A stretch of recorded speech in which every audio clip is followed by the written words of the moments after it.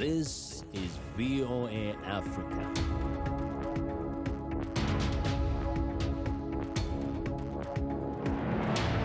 Hello, I'm Esther Githui-Ewart. It's Thursday, April 8th.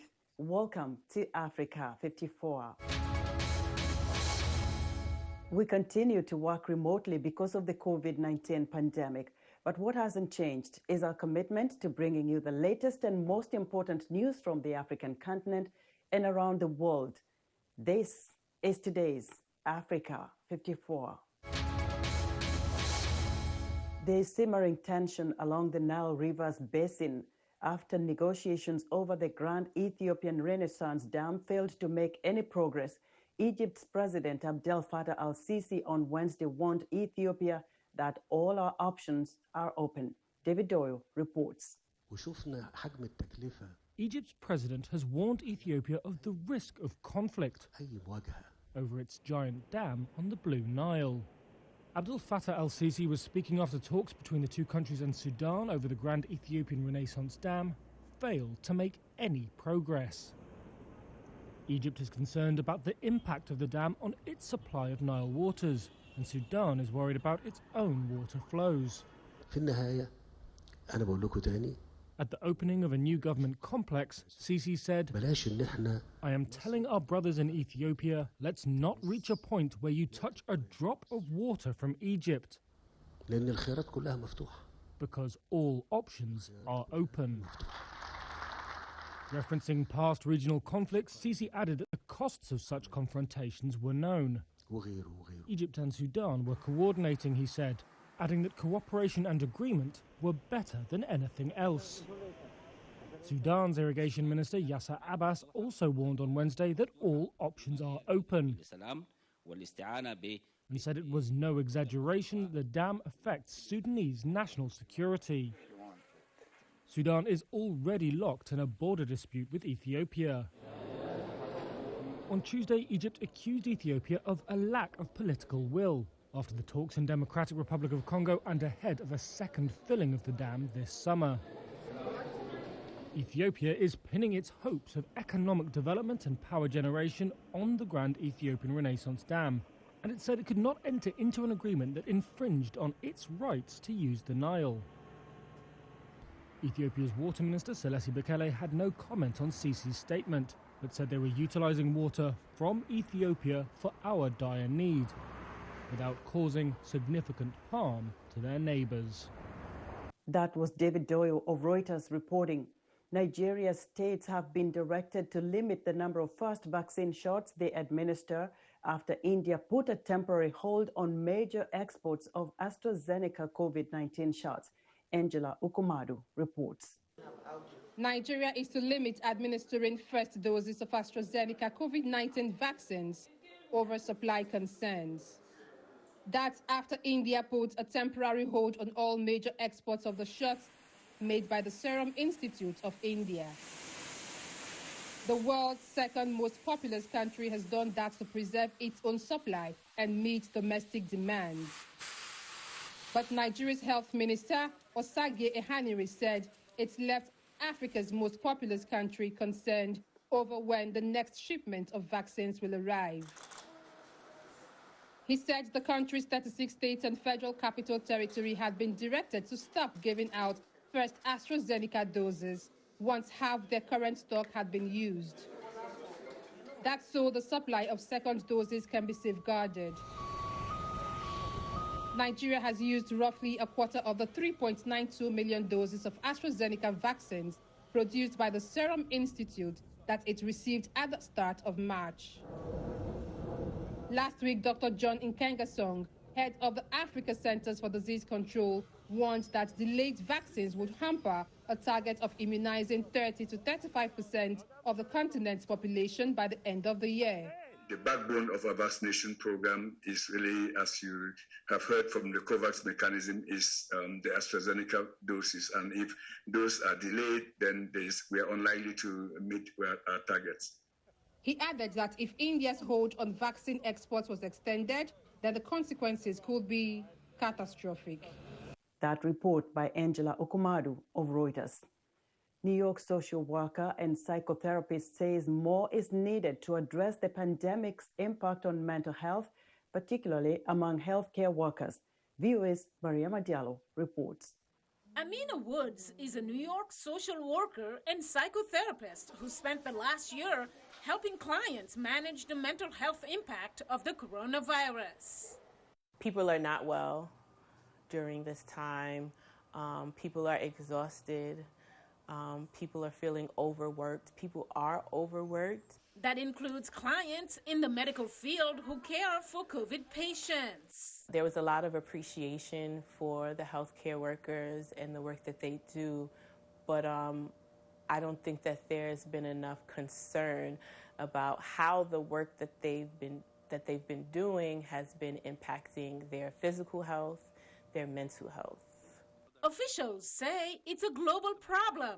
The pandemic has taken a huge toll on their physical and mental health with devastating effects on their families and communities. Anxiety, depression, insomnia, stress have all increased. I give thanks to those that have stood up in one of humanity's toughest periods. Woods says she too is among those feeling the mental health toll. I've had moments where I feel just disorganized, unfocused, anxiety, just living with anxiety like in the pit of my stomach. The single mother says she's also seen an impact on her 12-year-old son, who, like many kids, has attended school virtually for over a year. It's definitely taken a toll on his social-emotional health. I've never seen him, and pardon me if I start crying, but I've never seen him so down and so sad. According to a recent study by the American Psychological Association, prolonged exposure to COVID-19 stressors is taking a toll. Nearly 3 in 10 essential workers in the study reported a decline in their mental health since the start of the pandemic. Woods says she has found ways to cope. I feel like the deep breath thing might sound cliche almost, like just take a deep breath, but deep breaths really, really help. Sometimes if I'm really, really at the edge, I'll just go in the bathroom and I'll just cry it out, which is helpful. In this little bitty apartment, I started just cruising around, or if I take my garbage out to the incinerator, I'd ride my roller skates to the garbage chute. Simple steps as people around the world try to push beyond a dark and trying year. Mariama Diallo, VOA News. At the beginning of the pandemic, VOA's Nina Vishneva met with doctors and nurses in New York City to talk about their experience fighting COVID-19. A year later, she spoke with some of them again. Anna Rice narrates this story.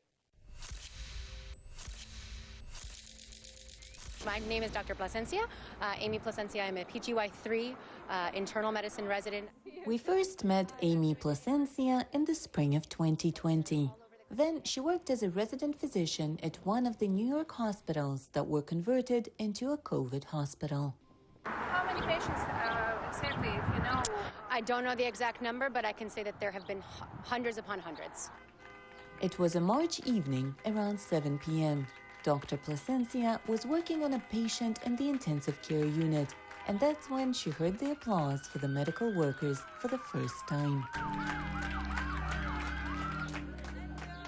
Every evening since then, people would applaud the medical staff that helped save lives at the hospital. A new kind of music, the pandemic kind. 1 year ago, we had no idea how to treat this virus. We didn't know what was the best approach, what we could be doing to better help our patients, or if what we were doing was harming our patients. And the volume that we saw, especially here in New York and Brooklyn, was just astronomical. My name is Calvin Sun. I am an emergency room or emergency physician. On March 8th, 2020, Dr. Sun came back to the U.S. from Angola. What followed was endless shifts. How many hours or days you spent during the March and April? Yeah, I lost count. My name is Dr. Robert Gore, and I'm an emergency physician here at SUNY Downstate Medical Center. For almost 3 months, Dr. Gore lived away from his family because he was too afraid to infect his wife and children with COVID-19. Dr. King said, the ultimate measure of a man is not where he stands in times of comfort and convenience, but where he stands in times of challenge and controversy. And this is that time of challenge and controversy. Today, a year since the pandemic hit the country, doctors, health experts, and politicians are assessing what was done right and what could have been done much better to save more lives. I mean, there's so many lessons to be learned from this. I think there will be a reckoning after something like this is all said and done and everyone's looking back. Some 550,000 people have died so far in the U.S. from COVID. For years to come, New Yorkers will remember those who passed away, unable to fight the virus, and the thousands of those who risked their lives every day to save them. For Nina Vishnova in New York, Anna Rice, VOA News. Medical workers in Nigeria are seeing an increased number of people dealing with psychological symptoms of anxiety, hopelessness, and suicidal thoughts. This follows abductions of citizens and the reported numerous school kidnappings in the country. I spoke to Dr. Haruna Yakub, a psychiatrist at Aminu Kano Teaching Hospital. Actually, we have had a lot of issues regarding adoption, even before I'll call it epidemics of adopting students from school, because we've had a lot of problems where children are adopted from their neighborhoods, trafficked to other parts of the country. Though in my department, we have not received any students that were adopted from school per se, but we've received a lot of people that were adopted elsewhere and were brought to us, including children. And we have seen a lot of them present with different degrees of emotional problems, cognitive problems, and social problems. And some may include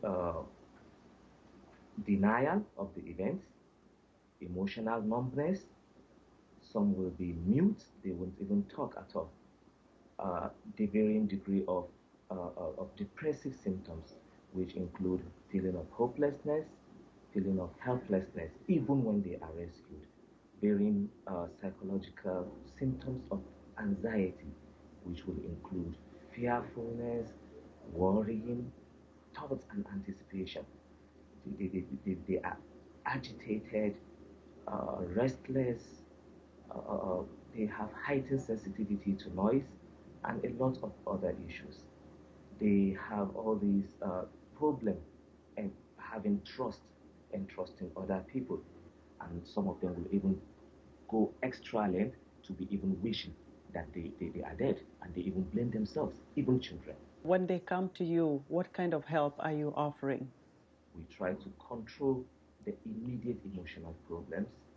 Then when that is achieved, then there is a long-term cognitive therapy we offer, including treatment of diagnosed condition. If somebody has post-traumatic stress disorder, we target at long-term treatment. When somebody has major depression, we target at long-term treatment, and we assure them of the security for subsequent occurrence. So far, what kind of results have you seen after offering the treatment and the counseling for these children? Major problem is most of them lost to follow-up. When you treat them, when you have like 2-3 sessions with them, you hardly get them again. Sometimes you have to trace them. You place several hotspots. Most of them don't come back again. Maybe, probably because of the financial burden of traveling from where they are to the hospitals or to the place of arrangement. Some of them may be the cost of purchasing medications if they are diagnosed with any clinical condition that needs treatment. So there is no funding from the federal or state government for this kind of treatment? Those that have been adopted in group from schools have some funding, but those that have sporadic episodes of adoption hardly get any help from the government. If somebody has never experienced this type of situation or is not in the field to see these people or to feel their pain, he may hardly understand. I want to tell people that this is seriously devastating. even to you managing these people, you have to hold on strongly. Sometimes you have to even excuse them, get out of the consultation, weep for these people, hold yourself and come back. It's really painful. It's really devastating. Sorry. Doctor, do you have a sense that a section of Nigerians are living in fear? Do you have a sense that that is the likely scenario? Seriously, including me.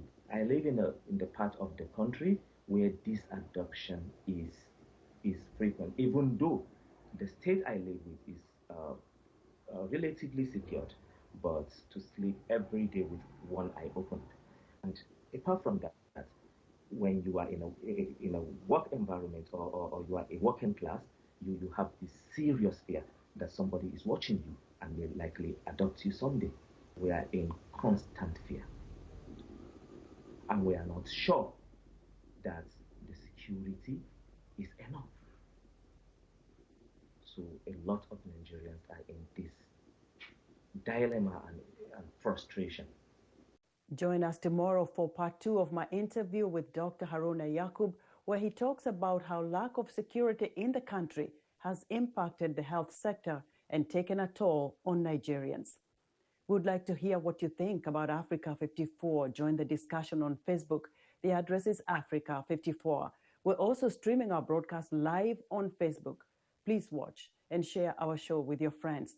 Also, check out our headlines 24/7 on voaafrica.com. Still to come, why India's surging second wave of the COVID virus will be felt beyond its shores. We'll be right back.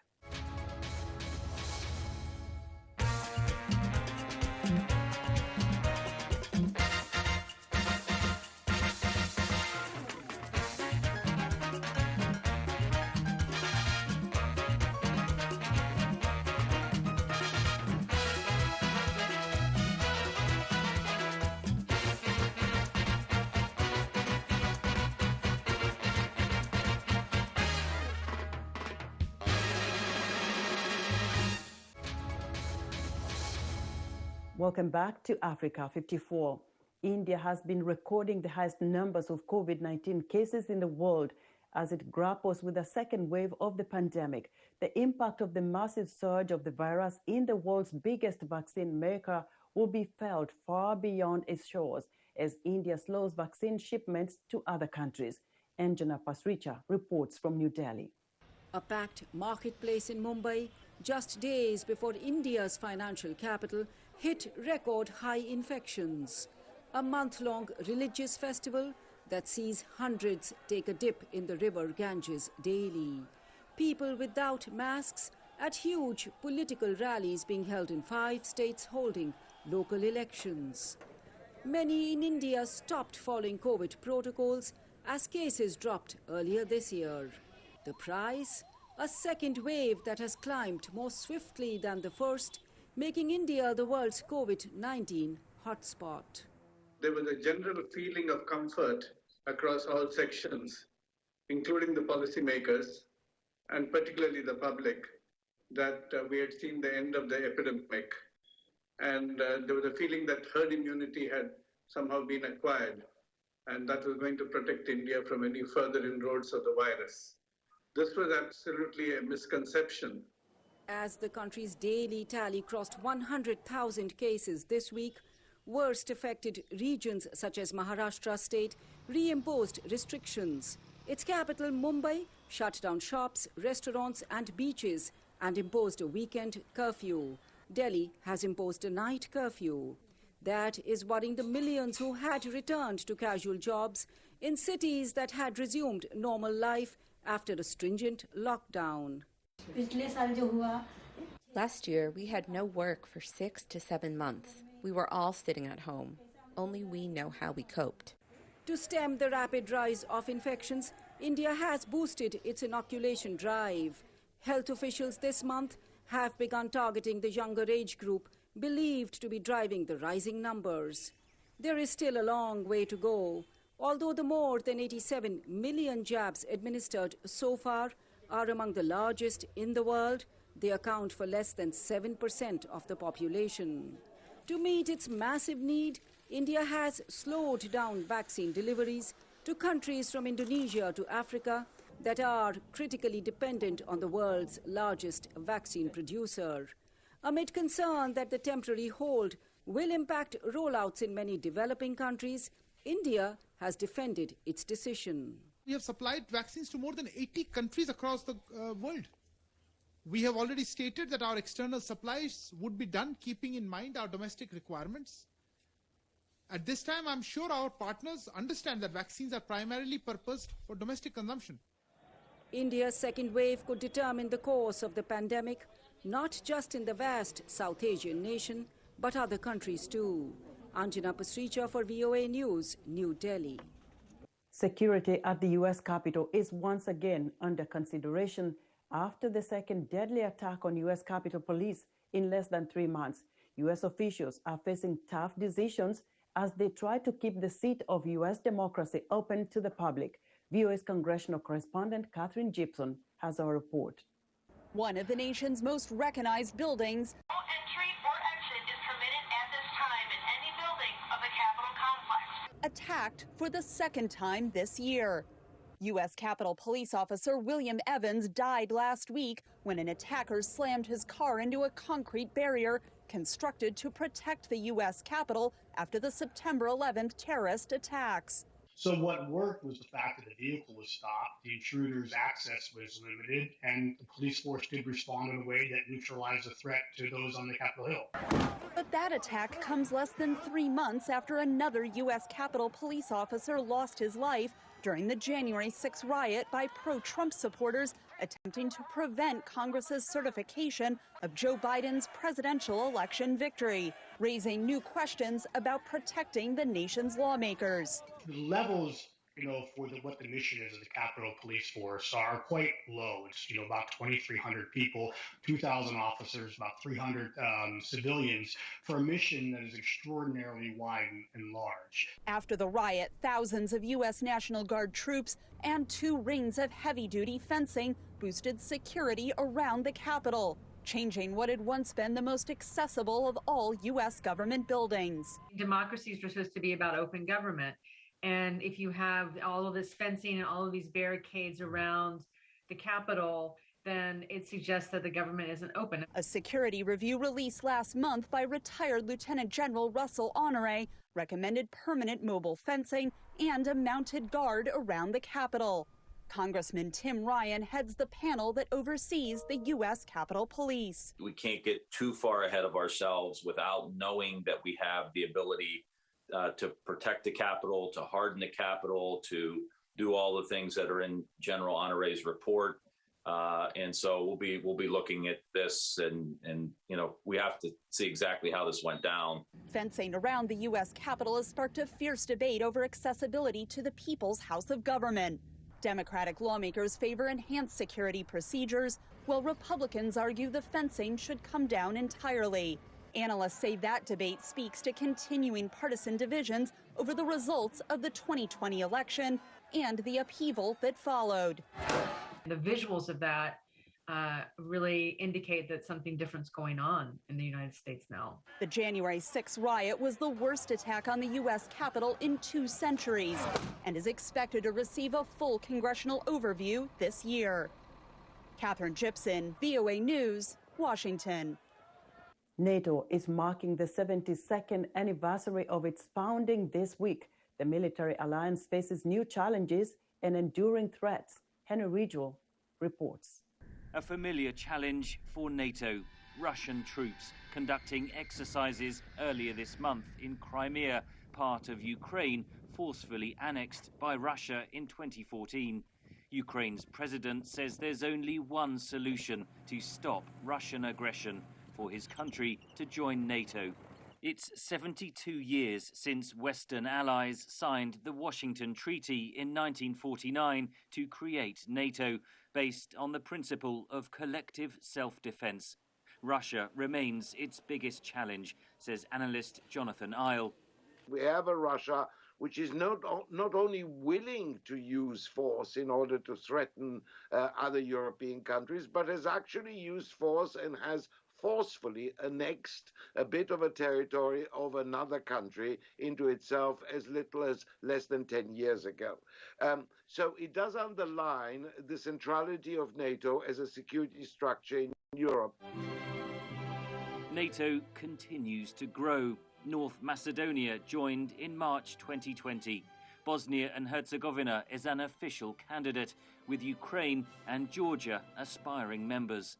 Meanwhile, US President Joe Biden has reaffirmed America's commitment to the organization. His predecessor, Donald Trump, once called NATO obsolete, which sent tremors through the transatlantic alliance. The arrival of President Biden in the White House has, at a stroke, removed all such doubts.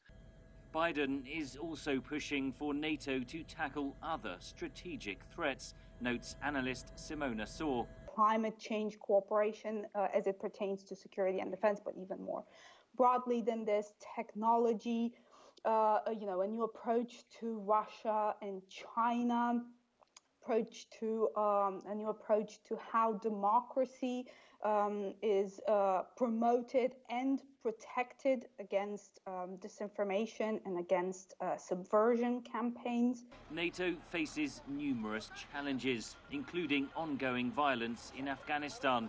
Continuing attacks are complicating efforts to end the almost 20-year NATO mission. Also, internal tensions are simmering, not least over defense spending. More than 90% of the people in the European Union, they live in a NATO country, but only 20% of NATO's defense spending comes from NATO EU members. The United States will likely maintain pressure on European members to meet the defense spending target of 2% of GDP, made at the 2014 NATO summit in Wales. President Biden was one of the architects of the Welsh Defense Pledge. So in this sense, he is very much attached to the idea that Europeans have to continue to invest more in their defense. Meanwhile, Turkey has purchased a Russian missile defense system, to the dismay of NATO allies. Even Turkey does not believe that it will be better off outside NATO rather than within the alliance. Despite the tensions, NATO remains the bedrock of European security as the alliance enters its 73rd year. Henry Ridgewell for VOA News, London. And that's our show for today. Be sure to watch Africa 54 on our website at voaafrica.com. From all of us here in Washington, thanks for watching.